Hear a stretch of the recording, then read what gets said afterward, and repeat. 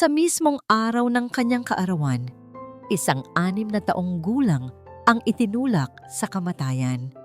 Sa loob ng sarili niyang tahanan, isang ama ang dumating ng huli, ngunit sapat para makita ang katotohanang matagal nang nagtatago sa likod ng isang perpektong asawa. Ano ang mas masakit?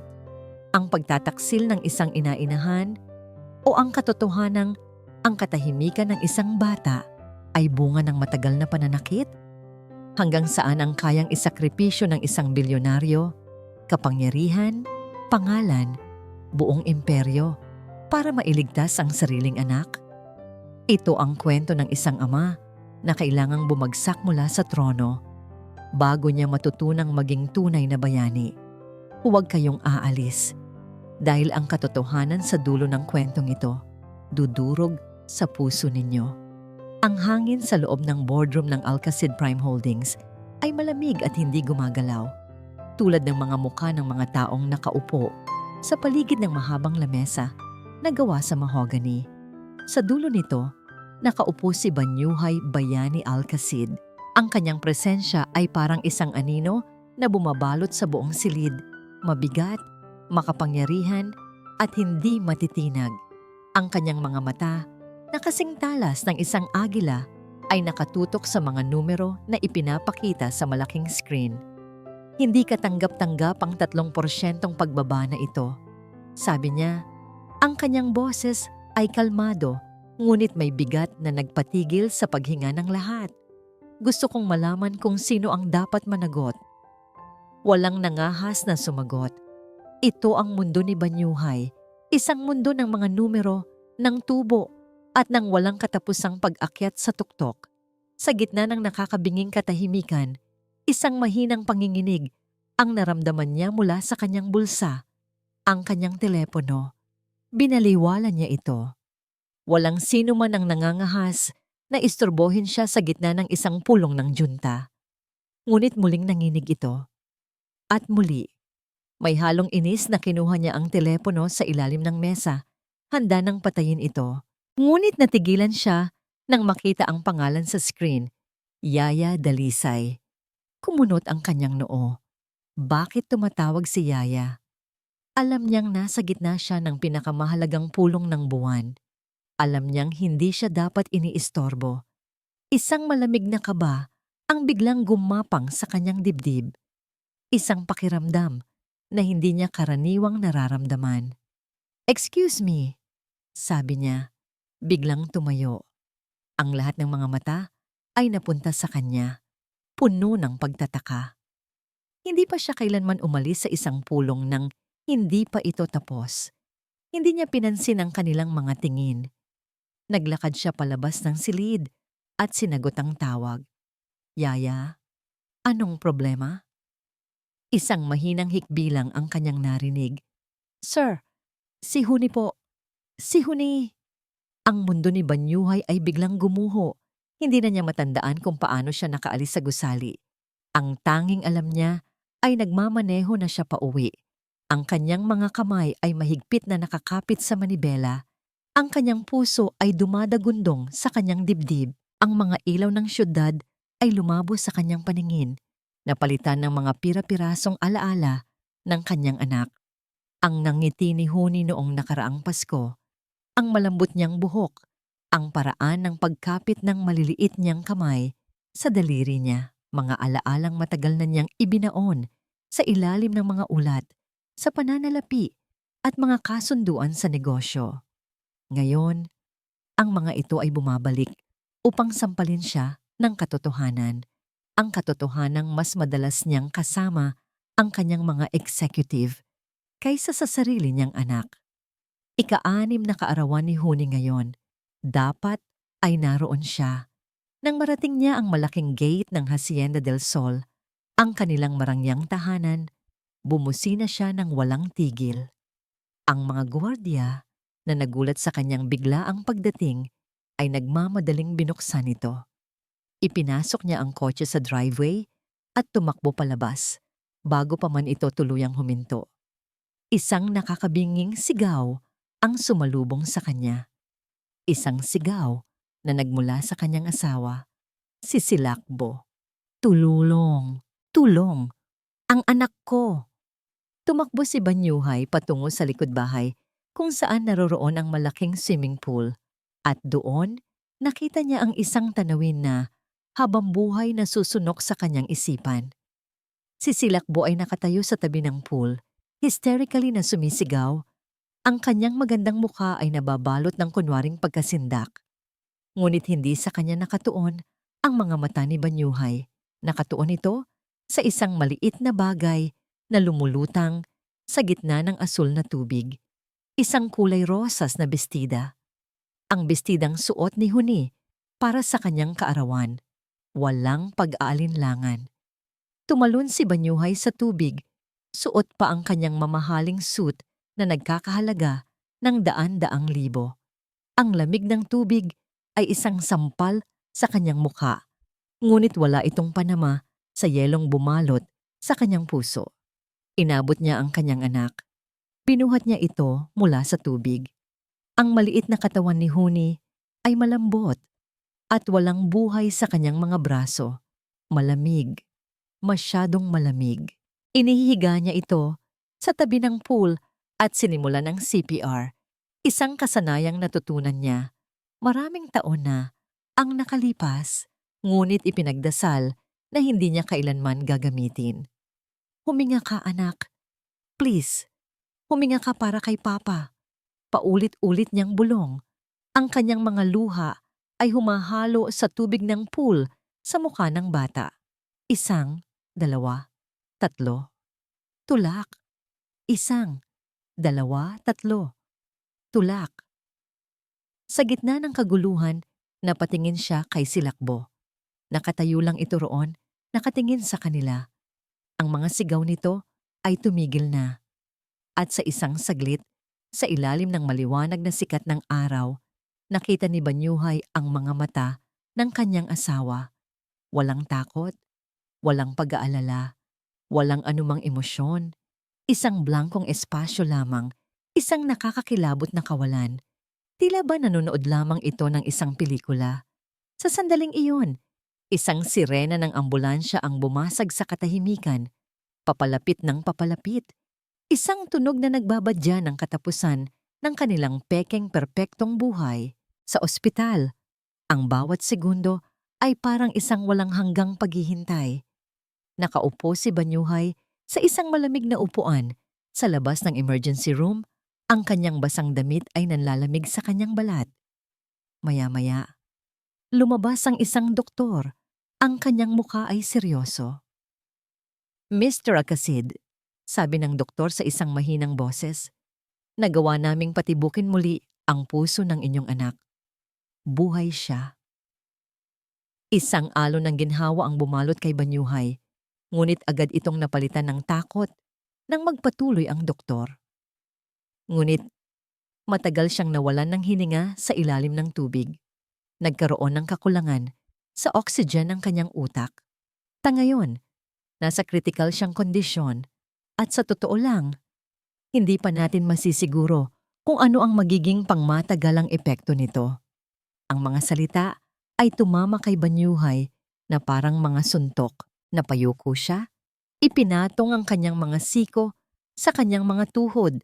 At sa kauna-unahang pagkakataon, sa loob ng maraming taon, ang makapangyarihang si Banyuhay Alcacid ay gumuho at humagulgol na parang isang bata. Ang puting kulay ng mga pader sa intensive care unit ay nakakasilaw. Ang tanging bumabasag sa katahimikan ay ang ritmikong tunog ng makinang sumusubaybay sa tibok ng puso ni Huni. Isang tunog na para kay Banyuhay ay kapwa nagbibigay buhay at isang paalala ng kanilang napipintong pagkawala. Nakaupo siya sa tabi ng kama. Ang kanyang malaking kamay ay maingat na nakahawak sa maliit at malamig na kamay ng kanyang anak. Ang mga tubo na nakakabit sa katawan nito ay parang mga baging na pumipiga sa kanyang puso. Kasalanan ko ito. Ang mga salitang yon ay paulit-ulit na tumatakbo sa kanyang isipan. Kasalanan ko ito. Masyado akong abala sa pagpapalago ng isang imperyo Hindi ko namalayang guguho na pala ang sarili kong tahanan. Inakala kong sapat na ang magbigay ng marangyang buhay, ng mga laruan, ng lahat ng bagay na nabibili ng pera. Ngunit ngayon, habang tinitingnan niya ang kanyang anak na nakikipaglaban para sa buhay nito, handa niyang ipagpalit ang lahat ng yaman niya para lamang marinig muli ang tawa nito. Bumukas ang pinto at pumasok si Silakbo. May dalang isang tasa ng kape. Ang kanyang muka ay bakas pa rin ng pag-iyak. Ang kanyang mga mata ay bahagyang namamaga. Perpekto siyang tignan bilang isang nag-aalalang ina. Mahal, malambing niyang sabi. Inilapag ang kape sa tabi ni Banyuhay. Kailangan mo ring magpahinga, kanina ka pagising. Hindi sumagot si Banyuhay. Ang kanyang mga mata ay nanatiling nakatutok kay Huni. Naalala niya ang nakita niya sa mga mata ni Silakbo kanina sa tabi ng pool, ang kawalan ng emosyon. Ngayon, ang mga matang yon ay puno ng luha, bulaang luha, mga luhang kasinungalingan. Kinausap ko ang mga doktor, patuloy ni Silakbo. Hinahaplos ang braso ni Banyuhay. Sabi nila, malakas si Huni. Lalaban siya. Kailangan lang nating maging matatag para sa kanya. Ngunit ang haplos nito ay parang yelo sa kanyang balat. Mayroong mali. Isang bagay na hindi tama. Dumating si Yaya Dalisay, ang matandang kasambahay na nag-alaga kay Huni mula pa noong sanggol ito. Ang kanyang mga mata ay pula at namamaga rin. Ngunit hindi tulad ng kay Silakbo. Ang kalungkutan sa mga mata ni Yaya ay totoo at malalim. Sir, ma'am, sabi niya. Yumuko ng bahagya. Yaya, mabutit nandito ka, sabi ni Silakbo. Ang kanyang boses ay puno ng awtoridad. Bantayan mo muna si Huni. Kakausapin ko lang ang mga nurse para sa update. Tumango si Yaya Dalisay at umupo sa kabilang panig ng kama. Tahimik na hinahaplos ang buhok ng bata. Nang makaalis si Silakbo, isang kakaibang tensyon ang naiwan sa silid. Si Banyuhay, na hindi pa rin nagsasalita, ay naramdaman ang panginginig ng matanda. Makalipas ang ilang minuto, nagpasya si Banyuhay na tumayo. Kailangan niya ng hangin. Naglakad siya palabas, hindi tiyak kung saan pupunta, hanggang sa matagpuan niya ang sarili sa maliit at tahimik na kapilya ng ospital. Umupo siya sa isang bangko sa likuran, ipinikit ang kanyang mga mata, at sinubukang magdasal. Ngunit walang salitang lumabas. Narinig niyang bumukas ang pinto at may pumasok. Nang imulat niya ang kanyang mga mata, nakita niya si Yaya Dalisay na nakatayo sa may pintuan, nanginginig at nag-aalinlangan. Yaya? Tanong ni Banyuhay. Dahan-dahang lumapit ang matanda. Umupo sa tabi niya, ngunit may kaunting distansya. Sir, may kailangan po kayong malaman.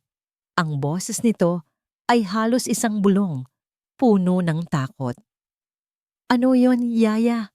Magsalita ka. Huminga ng malalim si Yaya Dalisay. Sir, kanina po, bago mangyari ang lahat, tumawag na po ako sa inyo. Pero ano?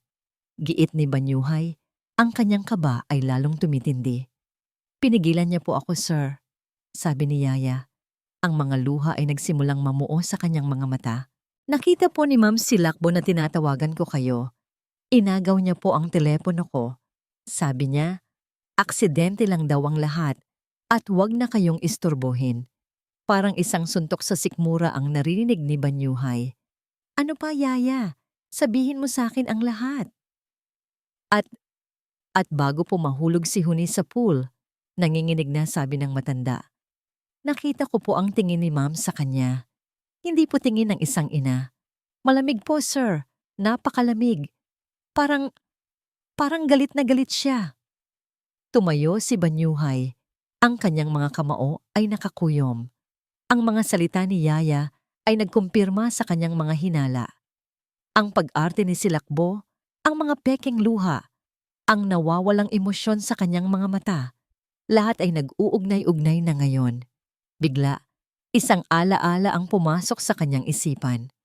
Isang gabi, ilang linggo na ang nakalipas, Pumasok siya sa silid ni Huni upang halikan ito ng goodnight. Nakita niyang papalabas si Silakbo at nakita niya kung paano napaurong si Huni sa isang sulok ng kama. Ang mga mata nito ay nanlalaki sa takot. Noong mga panahong iyon, binaliwala niya ito. Inakalang pagod lang ang bata. Ngayon, nakikikita niya ito sa ibang liwanag. Bumalik siya sa koridor. Ang kanyang isip ay gumagana na ngayon hindi bilang isang ama, kundi bilang isang CEO na humaharap sa isang krisis. Kinuha niya ang kanyang telepono at tinawagan ang kanyang pinagkakatiwalaang executive assistant. Miguel, sabi niya. Ang kanyang boses ay matigas at walang emosyon. May ipapagawa ako sa'yo. Discreetly. Gusto kong kunin mo ang lahat ng kopya ng CCTV footage mula sa hacienda. Particular sa pool area, mula kaninang umaga. Dalhin mo sa akin dito sa ospital. Ngayon na. Yes, sir. Agad po. Sagot ni Miguel sa kabilang linya. Pagkatapos ng halos 1 oras na parang 1 taon, muling tumawag si Miguel. Sumagot si Banyuhay, handa nang marinig ang kumpirmasyon. Sir, nagsimula si Miguel, ang kanyang boses ay nag-aalangan. Nakuha mo na ba? Tanong ni Banyuhay. Nagkaroon ng isang sandaling katahimikan. Sir, may problema po. Sinubukan po ng aming IT team na i-access ang mga file. Anong problema? Sir, ang footage po mula sa lahat ng kamera na nakatutok sa pool area, mula eksaktong 10:00 hanggang 11:00 ng umaga. Burado na po. Napatigil si Banyuhay. Burado? Baka nagka-glitch lang. Hindi po, sir, sabi ni Miguel. Ayon po sa aming tech expert. Hindi po ito basta nag-glitch. Ang pagkakabura po ay malinis. Professional. Sadya pong tinanggal. Ang telepono ay halos madulas sa kamay ni Banyuhay. Professional. Sadya. Ang mga salitang yon ay umalingaw-ngaw sa kanyang ulo. Hindi ito isang aksidente. Ito ay isang plano. At ang kanyang sariling asawa ang nasa likod nito. Sa sumunod na araw, isang bagong Banyuhay Alcacid ang humarap sa mundo. Ang kalungkutan ay napalitan ng isang malamig at matalas na determinasyon. Ang kanyang mga mata, na dati laging nakatuon sa pag-akyat ng stock market, ngayon ay may iisang tinitingnan. Ang katotohanan. Pumasok siya sa opisina ng Alcacid Prime Holdings. Ang kanyang kilos ay mabilis at may bigat. Sinalubong siya ng mga nag-aalalang mukha ng kanyang mga executive at board members. Banyuhay, we're so sorry to hear about Huni, sabi ni Mr. Velasco, isa sa mga pinakamatandang miyembro ng board. Kumusta na siya? She's fighting, maikling sagot ni Banyuhay. Naglakad siya patungo sa kanyang upuan sa dulo ng conference table. I'm calling an emergency meeting at ipapaalam ko na sa inyo ngayon, I'm taking an indefinite leave of absence. Isang alon ng bulungan at pagkabigla ang bumalot sa silid. Si Banyuhay Alcacid, na ang buhay ay ang kumpanya, ay aalis. Ba't bayani? Protesta ng isa pa. Nasa gitna tayo ng isang critical merger. We need you here. Ang kailangan ko ay ang anak ko. Matigas na sabi ni Banyuhay, at ang kanyang tingin ay sapat na para patahimikin ang lahat. I will handle my responsibilities remotely. Miguel will be my proxy. Ang desisyon ko ay pinal. Walang sino man ang nangahas na tumutol pa. Iniwan niya sila roon, naguguluhan at nag-aalala, at bumalik sa isang lugar na hindi niya inaakalang magiging sentro ng kanyang mundo. Ang security room ng Hacienda del Sol. Ang silid ay malamig at madilim. Puno ng mga kumukurap na ilaw mula sa 12 ng monitor. Kasama niya ang pinakamagaling na tech expert ng kanyang kumpanya. Kung ang pinakabagong footage ay binura, marahil may makikita sila sa mga luma. Gusto kong makita ang lahat ng footage mula sa main staircase. 6 na buwan pabalik. Utos niya. Nagsimulang magtrabaho ang technician. Daan-daang oras ng mga video ang mabilis na ipinakita sa screen. Mga eksena ng pang-araw-araw na buhay sa mansyon. Mga kasambahay na naglilinis, mga hardinero na nagdidilig, At si Silakbo na laging mukhang perpekto habang naglalakad-lakad. At si Huni. Nakita niya si Huni bago ang aksidente sa hagdanan. Isang masiglang bata na tumatakbo, naglalaro at tumatawa. Isang kirot ang tumusok sa puso ni Banyuhay. Ang Huni na yon ay nawala na. Napalitan ng isang batang laging takot. Nahirap nang maglakad. Lumipas ang mga oras. Ang kanyang mga mata ay nanunuyo na sa kakatitig sa mga screen. Halos sukuan na niya ang pag-asa nang bigla siyang may napansin. Teka, stop. Bumalik ka roon, sabi niya sa technician. Ipinakita muli ang isang eksena mula 4 na buwan na ang nakalipas. Ang araw bago ang insidente sa hagdanan. Nakita niya si Silakbo na may hawak na basahan at isang bote ng spray. Naglilinis? Imposible. Hindi kailanman naglinis si Silakbo sa buong buhay niya. Mayroon silang 10 kasambahay para gawin iyon. Mag-zoom in ka sa sahig, utos niya.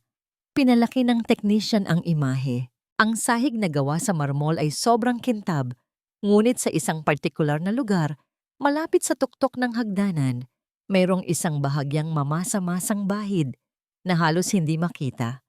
Isang bagay na madulas. Kasabay nito, isang flashback ang malinaw na bumalik sa kanyang isipan. Ang araw na iyon, ang sigaw, ang pagtakbo niya sa hagdanan at ang pagkakita kay Huni na nakahandusay sa paanan nito, umiiyak. At si Silakbo na nakaluhod sa tabi nito, ang mukha ay puno ng pag-aalala. Aksidente lang, mahal, sabi ni Silakbo sa kanya noon. Nadulas siya. Alam mo naman, napakalikot ng batang yan. Naniwala siya. Ngayon, alam na niyang hindi. Tumayo si Banyuhay, ang kanyang dugo ay kumukulo sa isang sinisikil na galit. Naglakad siya palabas ng security room at hinanap si Silakbo. Natagpuan niya ito sa sala, kausap ang isang event planner sa telepono. Tila walang anumang nangyari. We need to talk, sabi ni Banyuhay. Ang kanyang boses ay walang emosyon. Natapos ni Silakbo ang tawag at humarap sa kanya. Isang ngiti ang nasa kanyang mga labi. Of course, mahal. About what? Tungkol sa pagkahulog ni Huni sa hagdanan. Ang nangiti ni Silakbo ay bahagyang nawala. Banyuhay, napag-usapan na natin ito. It was a terrible accident. Bakit mo pa binabalikan?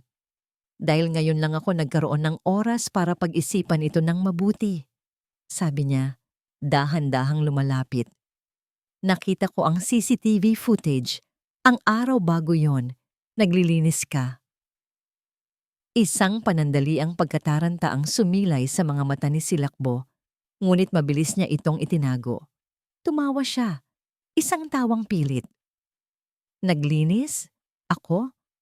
Mahal, you must be exhausted. Namamalikmata ka na. Alam mong hindi ko ginagawa iyon. Nakita ko, giit ni Banyuhay. At nakita ko ang sahig, may inilagay ka roon. This is ridiculous. Tumaas ang boses ni Silakbo, ngayon ay nagpapanggap na nasasaktan. How could you accuse me of such a thing? Ang anak mo, anak ko na rin. Nasasaktan ako sa mga sinasabi mo, Banyuhay. Baka dahil lang sa stress kaya ka nagkakaganyan. Hinawakan niya ang kamay ni Banyuhay. Ang kanyang mga mata ay nagsimulang mamasa-masa. Mahal, kailangan nating magtulungan. Huwag kang gumawa ng mga kwento sa isip mo. Let's just pray for Huni. Mahusay siyang umarte. Sobrang husay. Ngunit hindi na siya kayang linlangin pa. Binitawan ni Banyuhay ang kamay nito. Bumalik siya sa hagdanan. Ang kanyang isip ay naghahanap ng kahit anong piraso ng ebidensya na maaring natira. Lumuhod siya at sinimulang kapain ang ilalim ng mga kasangkapan na malapit doon. Alikabok. Mga lumang resibo. Walang kabuluhan. Nang akma na siyang tatayo, may naramdaman siyang isang bagay na nakasiksik sa pagitan ng sahig at ng mabigat na aparador. Hinila niya ito. Isang maliit na sapatos. Ang paboritong sapatos ni Huni na may disenyo ng unicorn. Sa loob nito, naramdaman niya ang isang bagay na matulis. Maingat niyang kinuha ito. Isang maliit na piraso ng itim na plastik na may kakaibang hugis at matalas na gilid. Tinitigan niya ito, sinubukang alalahanin kung saan niya ito nakita. At bigla, naalala niya. Isang mamahaling pares ng stiletto heels na binili niya para kay Silakbo. Isang disenyo na may matutulis na palamuti sa takong. Hindi ito isang aksidente. Ito ay isang pag-atake. At ang babaeng pinakasalan niya ang may kagagawan nito. Hawak ang maliit na piraso ng itim na plastik. Naramdaman ni Banyuhay na tila ba hawak niya ang susi sa isang napakadilim na sikreto. Hindi na ito isang simpleng hinala. Isa na itong matibay na pundasyon para sa katotohanan. Ngunit alam niyang kailangan niya ng higit pa. Ang salita niya laban sa salita ng isang asawang marunong umarte ay hindi sapat. Kinabukasan, sa halip na bumalik sa ospital, nagpunta siya sa isang maliit at hindi kapansin-pansing opisina sa isang lumang gusali sa Maynila. Ito ang opisina ng isa sa mga pinakamahusay na pribadong investigador sa bansa. Isang dating pulis na may utang na loob sa kanya. Mr. Alcacid, isang sorpresa. Bati ni Mang Tonyo, isang lalaking nasa edad 50 na may matalas na mga mata. Ano ang maipaglilingkod ko sa inyo? Inilatag ni Banyuhay ang lahat. Ang kanyang mga hinala, ang kwento ni Yaya Dalisay, ang binurang CCTV footage at ang piraso ng plastik. Gusto kong malaman ang lahat tungkol sa asawa ko, si Lakbo Velez. Lahat ng tungkol sa kanya bago kami nagkakilala. Walang ititira. Masusunod, sir, sabi ni Mang Tonyo. Seryosong tinitingnan ang ebidensya. Habang ang mga investigador ay nagsisimulang maghalongkat sa nakaraan, naramdaman ni Silakbo na unti-unti nang humihigpit ang tali sa kanyang leeg. Alam niyang hindi na naniniwala si Banyuhay sa kanyang mga pagkukunwari. Kaya't sinimulan niya ang kanyang sariling opensiba. Isang hapon, habang nagbabantay si Yaya Dalisay kay Huni sa ospital, pumasok si Silakbo na may dalang mga security personnel ng ospital. Yaya Dalisay, sabi ni Silakbo. Ang kanyang boses ay malamig at walang emosyon. Sinisanti na kita. Nagulat ang matanda. Po? Ma'am, bakit po? Wala naman po akong ginagawang masama. Wala? Tumawa ng mapakla si Silakbo. Dahil sa kapabayaan mo, muntik nang mamatay ang anak ko. You are no longer fit to take care of her. Mula ngayon, hindi ka na pwedeng lumapit pa kay Huni. Security, i-escort niyo siya palabas. Ma'am, parang awa niyo na po. Nagmakaawa si Yaya Dalisay. Ang mga luha ay bumuhos mula sa kanyang mga mata. Si Huni po ang buhay ko. Ngunit walang awa si Silakbo. Habang kinakaladkad palabas ang matanda, tumawag ito kay Banyuhay. Sumagot agad si Banyuhay. Narinig ang kaguluhan sa kabilang linya. Sir, tinatanggal po ako ni ma'am. Humagulgol si Yaya, agad na kumilos si Banyuhay. Yaya, makinig ka. Huwag kang lalaban. Sumama ka sa kanila. Hintayin mo ang tawag ko. Ako ang bahala sa'yo. Mabilis niyang tinawagan si Miguel. Miguel, hanapin mo si Yaya Dalisay sa St. Luke's. Itakas mo siya. Dalhin mo siya sa isang ligtas na lugar. Isang condo unit na hindi nakapangalan sa akin. Bigyan mo siya ng lahat ng kailangan niya. Make sure no one follows you. Kasabay ng pag-atake kay Yaya, sinimulan din ni Silakbo ang kanyang media campaign. Sa gabing iyon, lumabas siya sa isang sikat na primetime talk show. Ang kanyang muka ay puno ng kalungkutan at ang kanyang mga mata ay laging nasa bingit ng pagluha. Hindi ko alam kung ano ang nangyayari sa asawa ko, sabi niya sa host. Ang kanyang boses ay nanginginig. Simula nang mangyari ang trahedya sa aming anak, nagbago na siya. He's become paranoid, delusional. He's accusing me of horrible things. Anong klaseng mga bagay? Tanong ng host. Ang kanyang mukha ay puno ng simpatya. Sinasabi niyang sinadya kong saktan ang sarili kong anak. Humagulgol si Silakbo. Mahal na mahal ko si Huni. Siya ang buhay ko. Ang sakit-sakit na marinig iyon mula sa sarili mong asawa. Natatakot ako. Natatakot ako para sa kaligtasan ko at sa recovery ng anak ko. Ang panayam ay sumabog na parang bomba. Kinabukasan, ang pangalan ni Banyuhay Alcacid ay nasa lahat ng pahayagan at balita sa TV.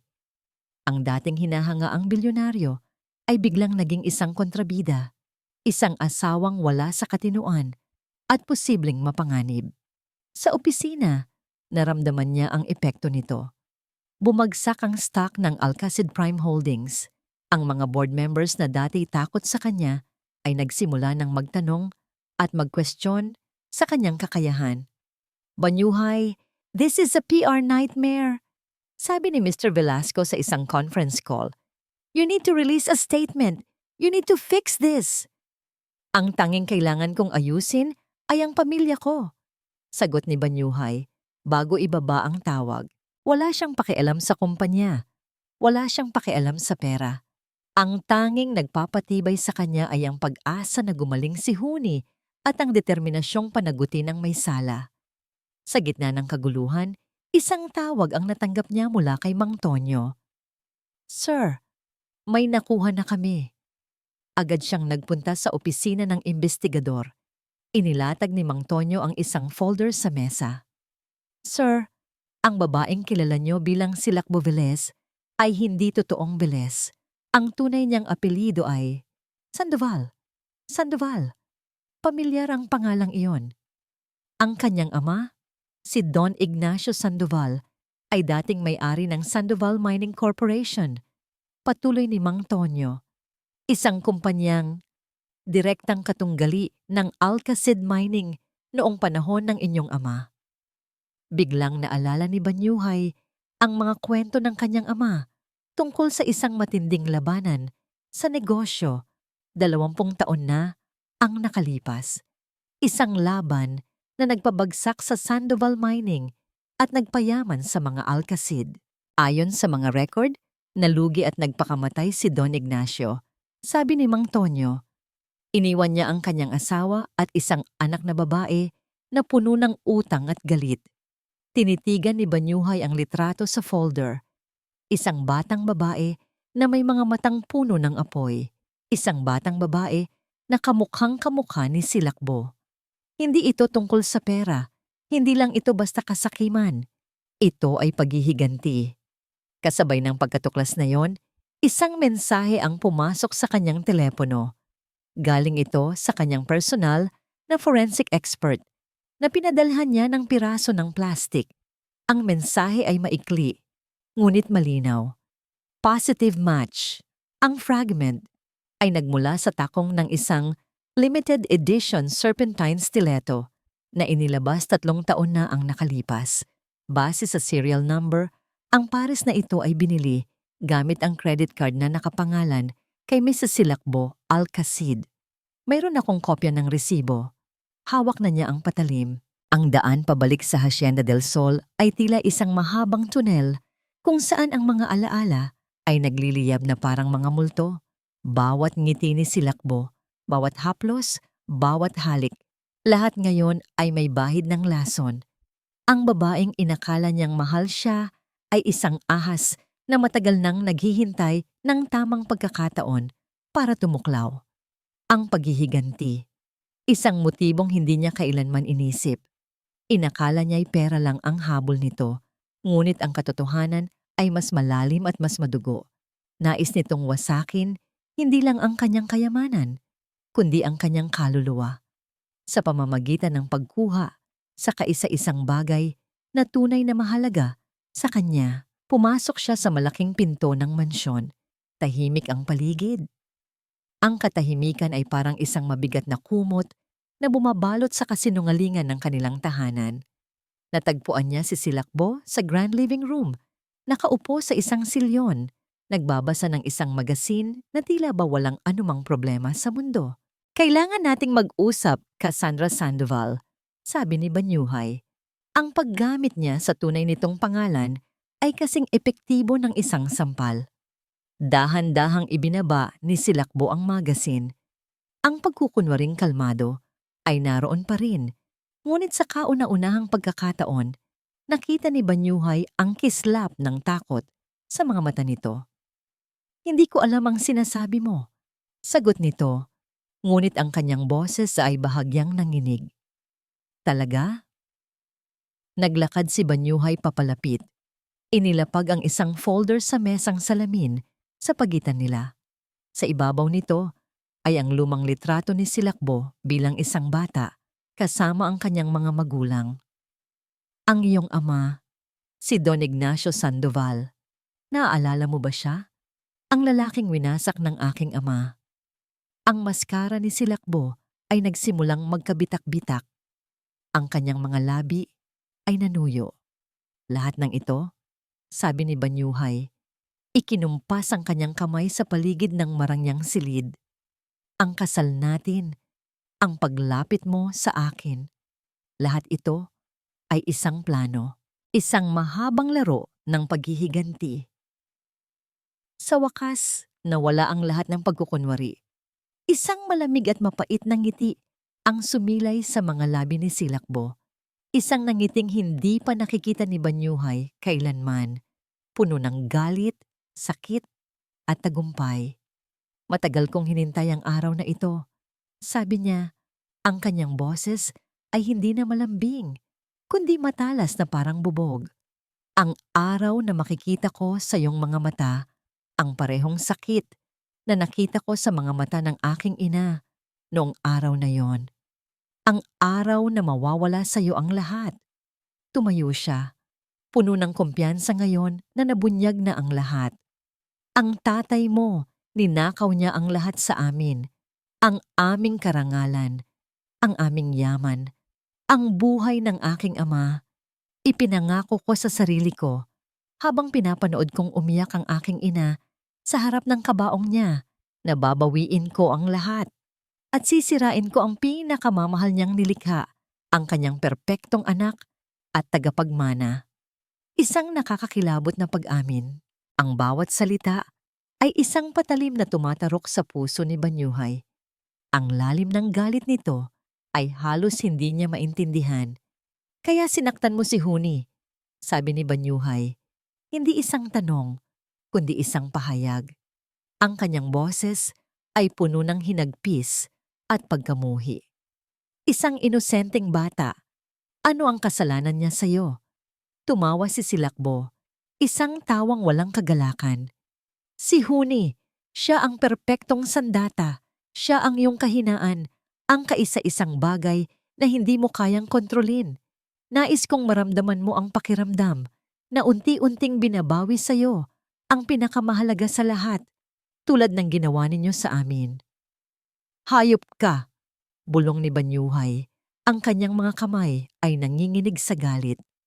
"Salamat sa papuri," sagot ni Silakbo ng may sarkasmo. "At alam mo ba kung ano ang pinakanakakatawa sa lahat? Naniwala ka. Naniwala ka sa bawat salita, sa bawat ngiti, sa bawat yakap. Napakadali mong nalinlang, Mr. Alcacid. Dahil sa kabila ng lahat ng iyong kapangyarihan at talino, bulag ka. Bulag ka sa anumang bagay na hindi kumikinang na parang ginto." Ang mga salita nito ay tumama ng husto. Dahil may katotohanan ang mga ito, naging bulag siya, ngunit hindi na ngayon. "Tapos ka na ba?" tanong ni Banyuhay. Ang kanyang boses ay biglang naging kalmado. Inilabas niya ang kanyang telepono at pinindot ang isang button. "Dahil kung tapos ka na, gusto kong malaman mo na ang lahat ng sinabi mo ay naririnig." Itinaas niya ang telepono. Ipinapakita ang isang recording app na aktibo. Lahat ng pag-amin mo naka-record. Ang kulay sa mukha ni Silakbo ay biglang nawala. Ang kanyang kumpiyansa ay naglaho na parang bula. Hindi mo magagawa yan. Tapos na ang laro mo, Cassandra," sabi ni Banyuhay. Ngunit sa isang iglap, ang takot sa mga mata ni Silakbo ay napalitan ng isang tusong na ngiti. "Akala mo ba ganun ako katanga, Banyuhay?" Itinuro niya ang isang maliit na aparato na nakatago sa ilalim ng isang plorera sa mesa. Isang maliit na itim na kahon na may kumukurap na ilaw. Isang signal jammer. Habang nagsasalita ako, ang tanging nire-record ng telepono mo ay puting ingay. Subukan mo. Pakinggan mo. Nanginginig ang mga kamay ni Banyuhay habang pinipindot ang play. Tama si Silakbo. Ang tanging maririnig ay isang malakas at tuloy-tuloy na static. Walang boses, walang pag-amin. Tumawa si Silakbo. Isang tunay na tawa sa pagkakataong ito. Isang tawa ng isang demonyong nanalo. Sa korte, ang ebidensya mo ay wala. Ang mayroon lang tayo ay ang salita, laban sa salita. Sabi niya, dahan-dahang lumalapit kay Banyuhay, ang kanyang muka ay puno ng paghamak. Ang salita ng isang baliw na bilyonaryo, laban sa salita ng isang kaawa-awang asawa na biktima ng kanyang kabaliwan. Sino sa tingin mo ang paniniwalaan ng publiko? Ang tawa ni Silakbo ay umalingaw-ngaw sa loob ng mansyon, isang tunog na magiging bangungot ni Banyuhay sa mga susunod na araw. Sa isang iglap, binaliktad nito ang sitwasyon. Hawak niya ang katotohanan, ngunit wala siyang patunay. Siya ang biktima, ngunit sa mata ng mundo, siya ang kontrabida. Kinabukasan, naging opisyal ang lahat. Isang court server ang dumating sa kanyang opisina. Nag-abot ng isang makapal na sobre. Sa loob nito ay ang mga papeles ng diborsyo na isinampa ni Silakbo, kasama ang isang petisyon para sa Temporary Protection Order. At ang pinakamasakit sa lahat, isang kaso ng psychological abuse kung saan hinihiling nito ang kalahati ng kanilang conjugal properties na katumbas ng bilyon-bilyong piso. Ginawa ni Silakbo ang kanyang banta na maging isang kaawa-awang biktima. Ang kanyang mga abogado, na kilalang pinakamagagaling at pinakatuso sa bansa, ay nagpinta ng isang larawan ni Banyuhay bilang isang lalaking hindi matatag sa pag-iisip, mapanganib, at may kakayahang manakit. Ang media ay parang mga buwitreng dumumog sa balita. Ang mukha ni Banyuhay ay nasa pabalat ng bawat pahayagan, sa bawat news website, sa bawat palabas sa telebisyon. Bilyonaryong Alcacid, inakusahan ng abuso ng sariling asawa. Ang madilim na sikreto sa likod ng perpektong pamilya. Silakbo Alcacid, natatakot para sa kanyang buhay. Sa bawat paglabas niya ng gusali, sinalubong siya ng isang pader ng mga mikropono at kumikislap na mga kamera. Mr. Alcacid, totoo po bang sinasaktan niyo ang inyong asawa? Ano po ang masasabi niyo sa mga akusasyon laban sa inyo? Bakit niyo po ito ginagawa sa isang ina na nagluluksa para sa kanyang anak? Hindi siya sumasagot. Naglalakad lang siya ng diretso, ang kanyang mukha ay parang isang maskarang bato. Ngunit sa loob-loob niya, unti-unti siyang dinudurog. Ang epekto sa negosyo ay mabilis at malupit. Ang mga kasosyo sa negosyo na dati nakikipagkamay sa kanya ay biglang hindi na matawagan. Ang merger na pinaghirapan niya ng ilang taon ay biglang nakansela. Ang mga board members ay nagpatawag ng isang botohan para pansamantalang tanggalin siya bilang CEO sa ngalan ng damage control.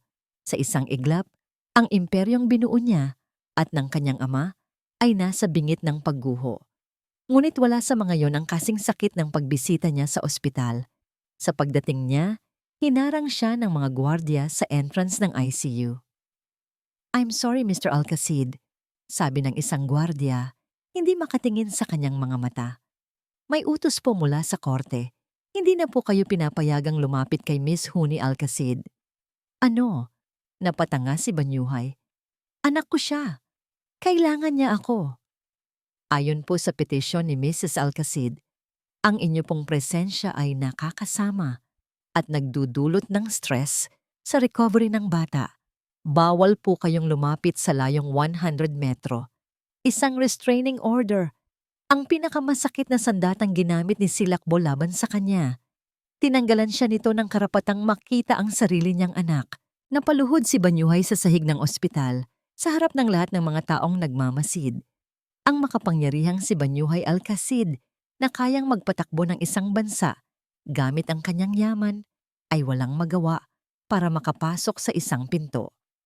Tumingala siya sa bintana ng ICU, umaasang masilayan man lang ang anino ng kanyang anak. Ngunit wala siyang makita. Pakiramdam niya ay pinutol ang kanyang mga braso at binti. Ang lahat ng kanyang kapangyarihan ay walang silbi. Ang lahat ng kanyang pera ay walang halaga. Bumalik siya sa kanyang opisina sa Alcacid Prime Holdings. Gabi na. Ang dating abalang palapag ay ngayon ay tahimik at walang laman. Umupo siya sa kanyang malaking leather na upuan sa likod ng kanyang malaking mesa at tinitigan ang syudad sa labas ng bintana. Ang mga ilaw na kumikinang ay parang mga bituing napakalayo at hindi maabot. Dati, ang tanawing ito ay nagbibigay sa kanya ng pakiramdam ng kapangyarihan. Ngayon, nagbibigay ito sa kanya ng pakiramdam ng pag-iisa. Naramdaman niya ang pagbagsak. Ang bigat ng lahat ng nangyayari ay dumagan sa kanya. Nawala ang kanyang reputasyon, nawawala ang kanyang kumpanya. At ang pinakamasakit sa lahat, nawawala sa kanya ang kanyang anak. Nanalo si Silakbo. Kinuha niya ang isang babasaging paperweight mula sa kanyang mesa at ibinato ito ng buong lakas sa bintanang salamin. Ngunit ang salamin ay bulletproof. Ang paperweight ay tumalbog lamang at bumagsak sa sahig, gumawa ng isang malungkot na tunog sa gitna ng katahimikan. Tulad niya, hindi ito makalabas. Nakakulong.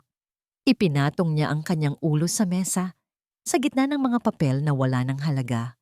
Sa unang pagkakataon, naramdaman niya ang tunay na kawalan ng pag-asa. Wala na siyang makitang liwanag, wala nang daan palabas. Tila ito na ang katapusan. Sa gitna ng kanyang kadiliman, tumunog ang kanyang telepono, isang hindi rehistradong numero. Inisip niyang huwag na itong sagutin. Ngunit sa huling sandali, pinindot niya ang answer button. "Hello?" Sabi niya, ang kanyang boses ay pagod at basag. Isang pamilyar na boses ang kanyang narinig. Nanginginig, ngunit puno ng pag-asa. "Sir, ako po ito, si Yaya Dalisay." Biglang bumilis ang tibok ng puso ni Banyuhay. "Yaya, nasaan ka? Ligtas ka ba?" "Opo, sir. Salamat po sa inyo," sabi ng matanda. "Sir, tumawag po ako dahil kay Huni." Napatayo si Banyuhay. Anong nangyari sa kanya? Okay lang ba siya? "Opo, sir. Pero may nangyari po. May sinabi sa akin ang nurse na kaibigan ko sa ospital. Sir, si Huni po, nagsimula na siyang gumuhit." Ang boses ni Yaya Dalisay sa kabilang linya ay parang isang sinag ng liwanag sa pinakamadilim na gabi ni Banyuhay. Ang salitang gumuhit ay umalingaw-ngaw sa kanyang isipan, isang salitang mas makapangyarihan pa kaysa sa anumang ulat ng stock market. "Ano, Yaya? Anong ibig mong sabihin?" tanong niya. Biglang napaupo ng tuwid. Ang pagod at kawalan ng pag-asa ay napalitan ng isang biglaang pag-agos ng adrenaline. "Sabi po ng nurse na kaibigan ko, sir," patuloy ni Yaya, ang boses ay nanginginig sa pananabik. Binigyan po nila si Huni ng mga krayola at papel para subukang gisingin ang isip niya at gumuhit nga po siya. Simple lang daw po, pero gumagalaw na ang kanyang mga kamay. "At sir?" Huminto sandali ang matanda. "May isa pa po. Ipinapatugtog ko po kasi sa nurse ang voice recording ninyo na ipinadala nyo sa akin dati. Yung kinakantahan nyo si Huni ng lullaby. Sabi po ng nurse, sa tuwing naririnig daw po ni Huni ang boses nyo, bumibilis daw po ng bahagya ang tibok ng puso niya. Nakikinig po siya sa inyo, sir. Naaalala niya po kayo. Parang sinaksak ng pag-asa ang puso ni Banyuhay. Hindi galit, hindi sakit, kundi purong pag-asa. Naaalala siya ng anak niya. Kailangan siya ng anak niya. Ang restraining order, ang mga abogado, ang media, ang kumpanya. Lahat ng yon ay nawalan ng halaga. Isa lang ang mahalaga. Kailangan niyang makita si Huni. "Yaya, salamat. Maraming salamat," sabi niya. Ang kanyang boses ay nag-iba na. puno ng bagong lakas. Ako na ang bahala. Pagkatapos ng tawag, hindi na siya ang talunang bilyonaryo. Siya ay isang ama na may misyon. Nagplano siya ng mabilis at may katiyakan, gamit ang talinong dati niyang ginagamit sa mga corporate takeover. Tinawagan niya si Miguel. Tinawagan niya ang hepe ng security ng kanyang kumpanya. Nag-aral siya ng mga floor plan ng ospital na nakuha niya online. Kinagabihan, ang buong syudad ay natutulog. Ngunit gising na gising ang diwa ni Banyuhay.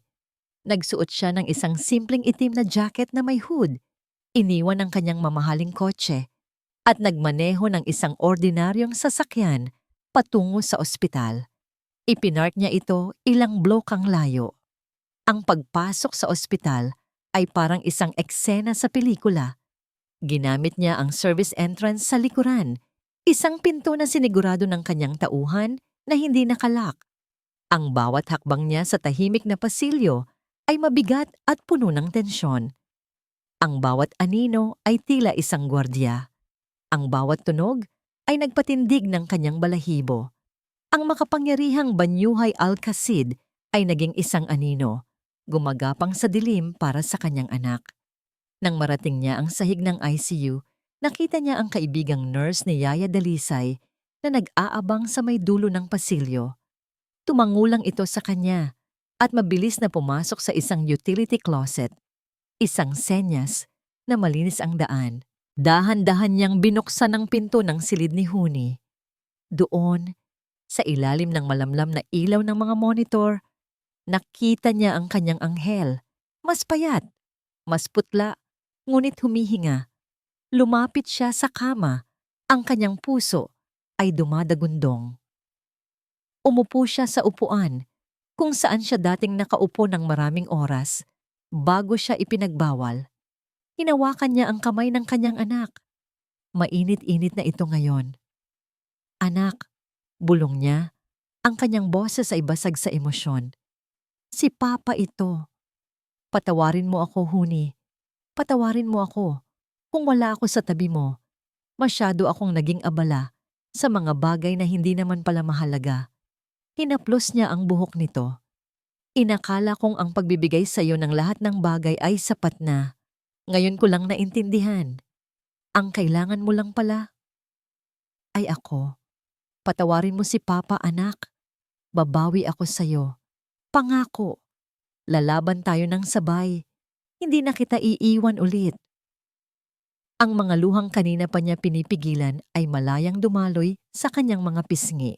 Doon sa katahimikan ng gabi, ibinuhos ng isang ama ang lahat ng kanyang pagsisisi at pangako sa kanyang natutulog na anak. Nang akma na siyang tatayo para umalis, naramdaman niya ang isang mahinang pagpisil sa kanyang kamay. Napatigil si Banyuhay. Tinitigan niya ang maliliit na daliri ni Huni na nakakapit sa kanya. Guni-guni lang ba niya iyon? Isang desperadong panaginip? Ngunit muli itong gumalaw. Mas mahigpit ngayon. Dahan-dahan, iminulat ni Huni ang kanyang mga mata. Malabo at nangangapa sa simula. Ngunit pagkatapos ng ilang segundo, nagtama ang kanilang mga paningin. Walang salitang namutawi. Ngunit sa mga matang yon, nakita ni Banyuhay ang pagkilala. Nakita niya ang kanyang anak. Umiyak si Banyuhay, hindi na dahil sa sakit, kundi dahil sa purong kaligayahan. Huni, anak. Iginalaw ni Huni ang kanyang kabilang kamay at itinuro ang maliit na mesang katabi ng kama. Nandoon ang isang kahon ng krayola at ilang piraso ng papel. Kinuha ito ni Banyuhay at maingat na inilapag sa ibabaw ng kumot. Nanginginig ang mga kamay ni Huni, ngunit may determinasyon. Kumuha ito ng isang pulang krayola, pagkatapos ay isang itim. Dahan-dahan, nagsimula itong gumuhit. Bawat guhit ay mabagal at nangangapa. Isang patunay ng laban na pinagdadaanan ng kanyang munting katawan. Pinanood siya ni Banyuhay, hindi humihinga. Bawat guhit ay tila isang milagro. Pagkatapos ng ilang minuto, binitiwan ni Huni ang mga krayola. Tumingin ito sa kanya at pagkatapos ay sa papel. Ibinibigay nito sa kanya. Kinuha ni Banyuhay ang papel. Ang kanyang mga kamay ay nanginginig din. Tinitigan niya ang iginuhit. Hindi ito isang magandang larawan.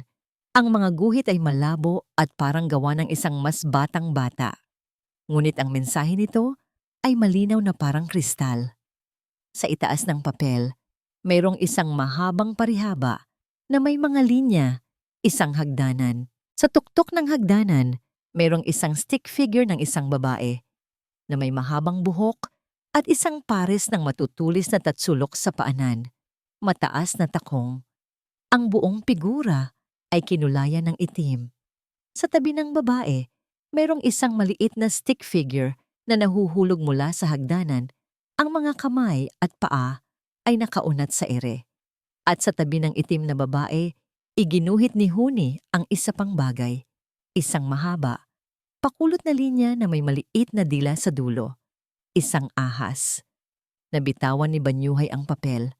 Ang hangin ay tila nawala sa kanyang mga baga. Ito na. Ito na ang katotohanan. Iginuhit ng kamay ng kaisa-isang saksi. Ang kanyang anak ay hindi lang naaalala siya. Naaalala nito ang lahat. Kinuha niya ang guhit, maingat itong tiniklop at inilagay sa loob ng kanyang jacket. Ito na ang kanyang sandata. Ito na ang kanyang bala. Isang pirasong papel na mas makapangyarihan pa kaysa sa lahat ng kanyang yaman. Hinalikan niya si Huni sa noo. Isang halik na puno ng pasasalamat, pangako, at isang bagong nag-aalab na galit para sa katarungan. Salamat anak, bulong niya. Salamat. Si Papa na ang bahala sa lahat. Dahan-dahan siyang tumalikod at lumabas ng silid, pabalik sa kadiliman ng mga pasilyo. Ngunit sa pagkakataong ito, hindi na siya tumatakas. Naghahanda na siya para sa isang digmaan. Ang courtroom ay malamig at tahimik, isang lugar kung saan ang katotohanan at kasinungalingan ay maglalaban. Sa isang panig, nakaupo si Silakbo.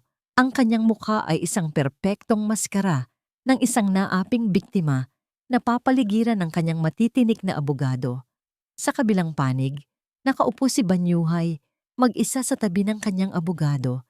Si Attorney Cruz, isang matandang lalaki na may reputasyon sa pagiging tapat at hindi matitinag. Ang unang bahagi ng paglilitis ay isang bangungot para kay Banyuhay. Ang mga abogado ni Silakbo ay magagaling.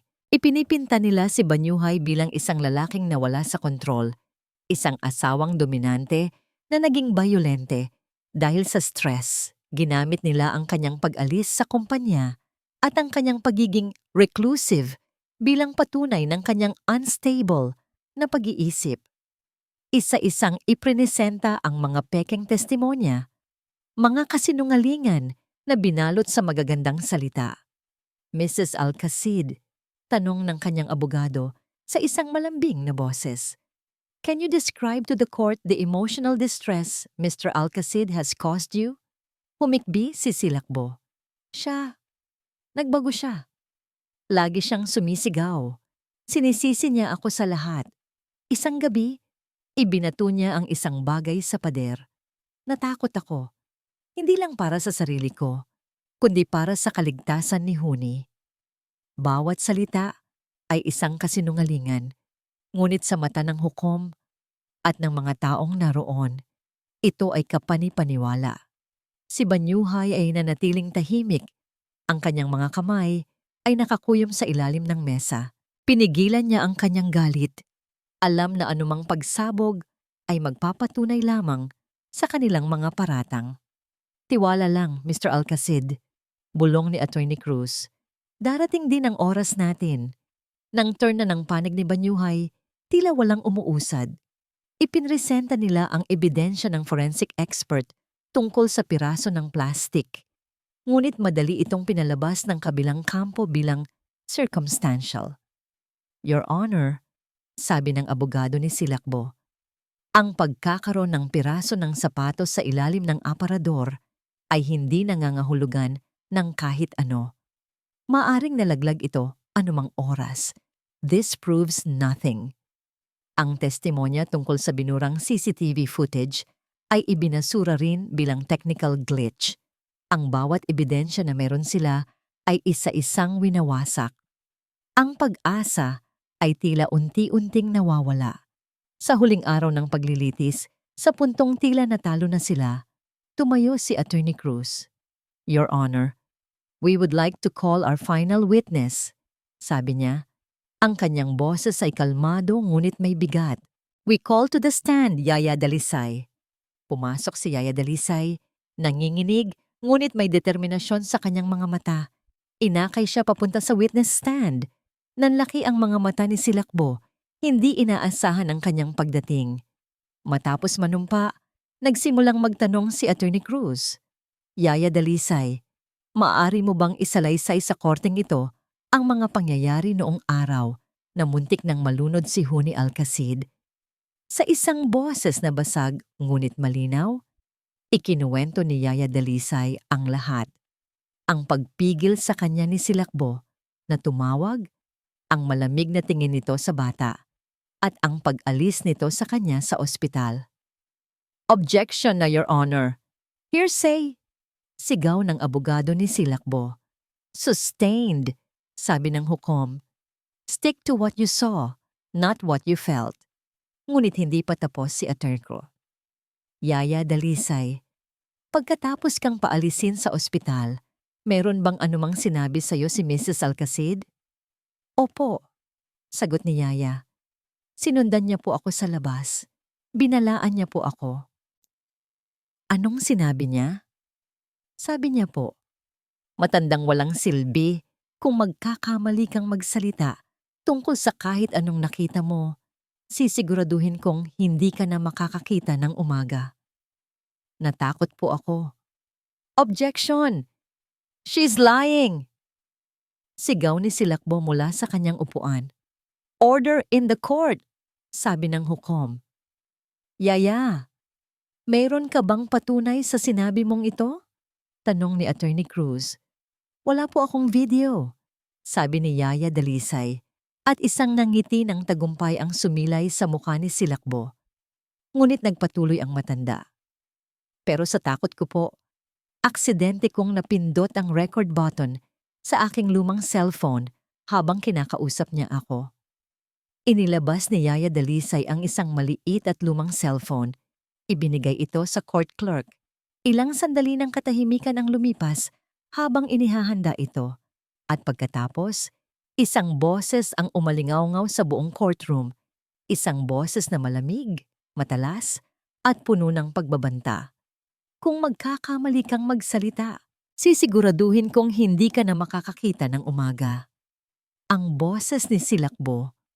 Ang mukha niya ay namutla na parang papel, ngunit hindi pa yun ang huling balaway. "Your Honor," sabi ni Attorney Cruz, "we have one final piece of evidence. Isang ebidensya na hindi magsisinungaling. Isang testimonya mula sa kaisa-isang biktima at saksi." Ipinakita niya sa hukom ang isang papel. Pagkatapos ng ilang sandali, ipinakita ito sa malaking screen para makita ng lahat. Isang guhit ng bata, isang hagdanan, isang babaeng itim na may matutulis na takong, isang nahuhulog na bata, at isang ahas. "This drawing was made by Huni Alcacid herself, Your Honor," paliwanag ni Attorney Cruz. "And to explain its significance, we would like to call in an expert in child psychology, Dr. Angela Reyes." Pumasok si Dr. Reyes, isang batang babae na may matatalinong mata. Sa kanyang profesional na paliwanag, binuo niya ang kwento sa likod ng guhit. Ang mga bata, lalo na ang mga nakaranas ng trauma, ay madalas na nagpapahayag ng kanilang sarili sa pamamagitan ng sining, sabi niya. Ang hagdanan at ang pagkahulog ay malinaw na kumakatawan sa naunang aksidente. Ang babaeng itim na dominante sa larawan ay ang aggressor at ang ahas. Sa child psychology, ang ahas ay isang karaniwang simbolo ng panlilinlang, panganib, at isang taong nagtatago sa likod ng isang maskara. Habang nagsasalita ang doktora, ang bawat salita ay parang isang martilyo na sumisira sa pader ng mga kasinungalingan ni Silakbo. Ang kanyang paghinga ay naging mabilis. Ang kanyang mga kamay ay nanginginig. Tumingin si Banyuhay sa kanya. Sa unang pagkakataon, nakita niya itong natatalo. Ang babaeng nagplano ng lahat ng perpekto ay nasisira ng isang pirasong papel at isang lumang recording.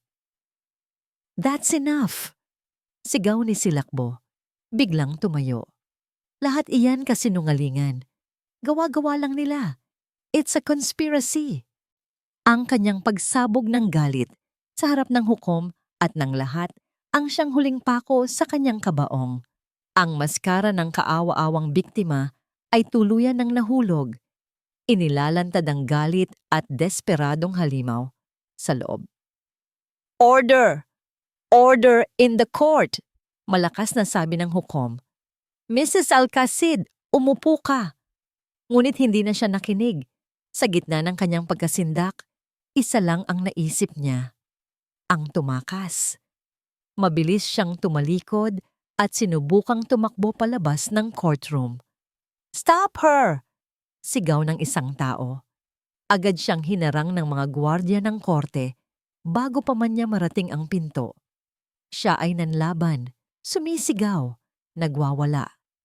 Isang imahe na napakalayo sa mahinhing babaeng umiiyak sa telebisyon. Pumukpok ang hukom ng kanyang gavel. "This court is in recess." Natapos ang paglilitis hindi sa isang desisyon, kundi sa isang pagsabog. Ngunit para kay Banyuhay, malinaw na ang resulta. Tumingin siya sa guhit ng kanyang anak sa screen. Ang hustisya ay darating na. Ang pagwawala ni Silakbo sa courtroom ang naging huling patunay na kailangan ng lahat. Ang balita ay kumalat na parang apoy. Ngunit sa pagkakataong ito, ang kwento ay pumanig na kay Banyuhay. Ang dating kontrabida ay naging isang amang nakikipaglaban para sa katarungan. Ang kaawa-awang biktima ay naging isang tusong kontrabida. Pagkatapos ng ilang linggo, lumabas ang hatol. Si Silakbo o Cassandra Sandoval ay napatunayang nagkasala hindi lang sa frustrated murder para sa insidente sa pool, kundi pati na rin sa physical injuries para sa nangyari sa hagdanan. Habang buhay na pagkakakulong, ang hustisya, bagamat mabagal, ay dumating. Sa araw na yon, nagpatawag si Banyuhay ng isang press conference. Inaasahan ng lahat na magsasalita siya tungkol sa kanyang tagumpay sa korte, sa pagbabalik ng kanyang magandang pangalan o sa kinabukasan ng Alcacid Prime Holdings. Ngunit iba ang kanyang ginawa. Humarap siya sa mga kamera, hindi bilang isang bilyonaryo, kundi bilang isang ama. "Magandang araw po sa inyong lahat." Nagsimula siya, ang kanyang boses ay kalmado at taos puso. "Maraming salamat sa pagdating ninyo. Hindi ako narito para pag-usapan ng kaso. Tapos na yon. At nagpapasalamat ako sa ating sistema ng hustisya. Narito ako para magsalita tungkol sa isang mas mahalagang bagay." Huminga siya ng malalim. "Sa mga nakalipas na buwan, marami akong natutunan. Natutunan ko na ang tunay na halaga ay hindi nasusukat sa dami ng pera sa bangko o sa taas ng iyong posisyon. Natutunan ko na ang pinakamalaking pagkakamali ng isang magulang ay ang isiping sapat na ang magbigay ng material na bagay. Ang pinakamahalagang regalo na maibibigay natin sa ating mga anak ay ang ating oras, ang ating atensyon, at ang ating presensya." Tumingin siya ng diretso sa isang kamera. "Dahil dito, opisyal kong ipinapahayag ang aking pagbibitiw bilang CEO ng Alcacid Prime Holdings, epektibo ngayong araw. Ibebenta ko ang karamihan sa aking mga shares. Ang aking prioridad ngayon ay hindi na ang pagpapalago ng isang kumpanya, kundi ang pag-aalaga at pagpapagaling sa aking anak. Siya na ngayon ang aking full-time job." Ang anunsyo ay nagdulot ng kaguluhan, ngunit para kay Banyuhay, ito ang pinakamadaling desisyon na ginawa niya sa kanyang buhay. Kinabukasan, nilagdaan niya ang mga huling papeles. Pakiramdam niya ay isang mabigat na kadena ang natanggal sa kanyang mga balikat. Iniwan niya ang toring salamin ng kanyang opisina nang hindi lumilingon. Ang unang araw ng kanyang bagong buhay ay nagsimula sa ospital. Ngunit hindi na siya isang anino sa dilim. Pumasok siya sa pangunahing pinto. Dala ang isang malaking teddy bear. Opisyal nang binawi ang restraining order. Pagpasok niya sa silid, nakita niya si Huni na nakaupo sa kama. Kasama si Yaya Dalisay na muli na niyang kinuha bilang personal na tagapag-alaga. "Papa," sabi ni Huni, isang salitang matagal na niyang hindi naririnig. Lumapit si Banyuhay, lumuhod sa tabi ng kama at niyakap ang kanyang anak. Isang yakap na puno ng lahat ng hindi niya nasabi, lahat ng kanyang pagsisisi at lahat ng kanyang pagmamahal. Naramdaman niya ang maliliit na braso ni Huni na yumakap pabalik sa kanyang leeg. "Uwi na tayo, anak," bulong niya. Ngunit hindi sila umuwi sa Hacienda del Sol. Ang mansyon na yon, na puno ng masasamang alaala, ay ipinagbili niya. Lumipat sila sa isang mas maliit, ngunit mas masayang bahay sa isang tahimik na subdivision sa labas ng syudad. Isang bahay na may malaking hardin kung saan maaaring maglaro si Huni.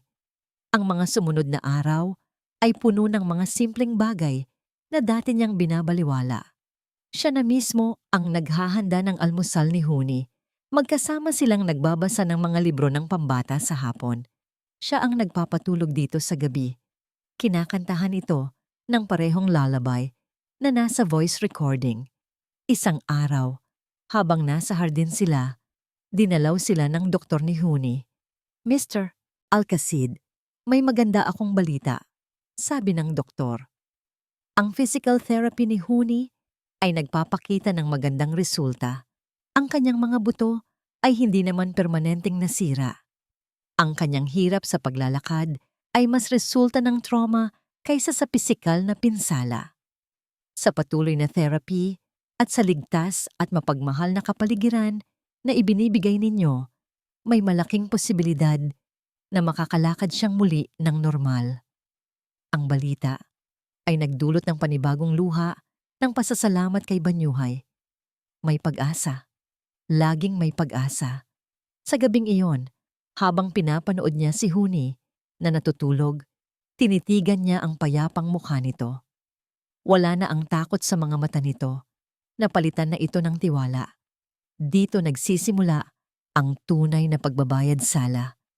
Ang paghilom ng mga sugat na hindi nakikita. Hindi ito magiging madali, alam niya. Ngunit sa pagkakataong ito, narito na siya. Hindi na siya aalis. Lumipas ang 6 na buwan. Ang dating malamig at abalang mundo ni Banyuhay Alcacid ay napalitan ng init ng sikat ng araw sa kanilang hardin, ng halimuyak ng mga bulaklak at ng tunog ng masasayang halakhak. Isang umaga, abala si Banyuhay sa paghahanda ng kanilang almusal. Pancake na hugis unicorn, ang paborito ni Huni. Hindi na siya ang CEO na nakasuot ng mamahaling suit. Isa na siyang ama na naka-apron na may mantsa ng harina. Narinig niya ang maliliit na yapak na papalapit.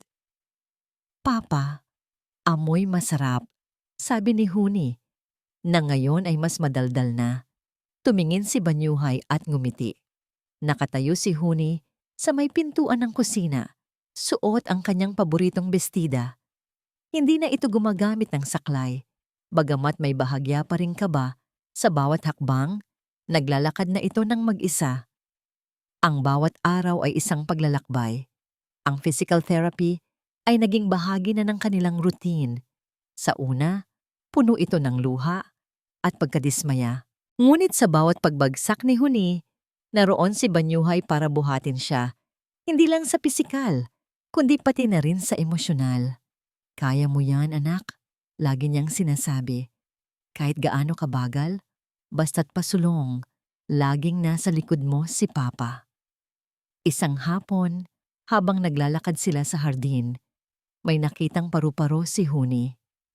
Sa sobrang tuwa, nakalimutan nito ang kanyang takot. Tumakbo ito. Ilang hakbang lang, ngunit para kay Banyuhay, ang mga hakbang na yon ay mas malayo pa kaysa sa isang marathon. Iyon ang unang pagkakataon na nakita niyang muli itong tumakbo. Naluha siya sa tuwa at niyakap niya ang kanyang anak.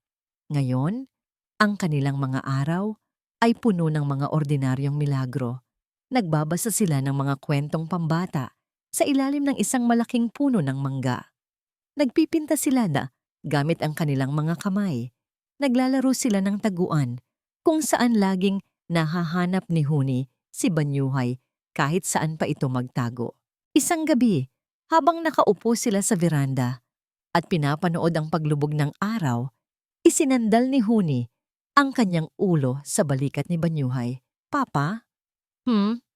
Masaya ka ba dito? Tanong ng bata sa isang inosenteng boses. Tinitigan ni Banyuhay ang kanyang anak.